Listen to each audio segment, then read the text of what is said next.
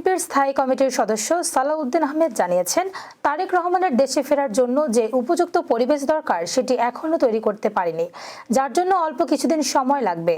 তবে তিনি অবশ্যই আসবেন। রোববার দুপুরে প্রায় 2 সপ্তাহের লন্ডন সফর শেষে হযরত শাহজালাল আন্তর্জাতিক বিমানবন্দরে সাংবাদিকদের সঙ্গে আলাপকালে তিনি এই তথ্য জানান। সালাউদ্দিন আহমেদ বলেন, বিএনপির ভারপ্রাপ্ত চেয়ারম্যান তারেক রহমান অবশ্যই দেশে ফিরবেন। তবে এখনো পর্যন্ত তারেক রহমানের দেশে ফেরার জন্য উপযুক্ত পরিবেশ আমরা তৈরি করতে পারিনি, সেজন্য অল্প কিছু সময় লাগবে। তারেক রহমানের সঙ্গে কি কি বিষয়ে কথা হয়েছে এসব বিষয়ে জানতে চাইলে সালাউদ্দিন আহমেদ বলেন, আপনারা ধীরে ধীরে এ বিষয়ে জানতে পারবেন। তবে ভারপ্রাপ্ত চেয়ারম্যান ঐক্যের কথা বলেছেন।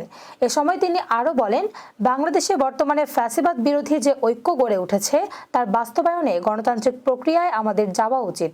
জাতীয় ঐক্যের ভিত্তিতে যত দ্রুত সম্ভব নির্বাচনের দিকে যাওয়া উচিত।